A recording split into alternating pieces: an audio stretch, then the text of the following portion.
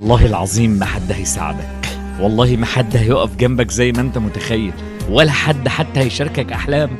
للاسف هتلاقيهم كلهم ضدك، يشاوروا لك على الطريق الغلط ويقولوا لك ده الطريق الصح، يمشي، عايزينك تقع، يتمنوا ان انت تفشل، يحاولوا يمسكوا لك اي غلطه، يسيبوا لك مليون حاجه كويسه ويمسكوا في حاجه وحشه انت عملتها عشان يطلعوك غلط. فما تتسندش على حيطه مايله، ما تجريش ورا ان حد يشاركك احلامك ويفرح لك وفي الاخر تكتشف ان هو عدو ليك. يا ابني ما فيش سند غير ربنا، والله ما في سند غير ربنا، هو ربنا ثم ربنا ثم ربنا ثم شغلك واجتهادك. عشان كده ما تتسندش على حد يا ابني، والله ما تتسندش غير على مجهودك وكرم ربنا ليك.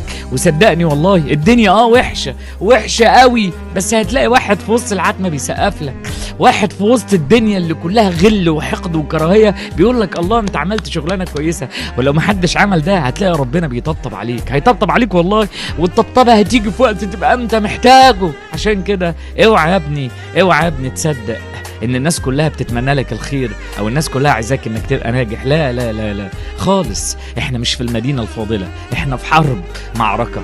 بس اجمل حاجة في المعركة دي ان انت هتفضل طول عمرك شريف ماشي في طريق بما يرضي الله ومعاك سندك ربنا، وخلاص، نقطة من اول السطر.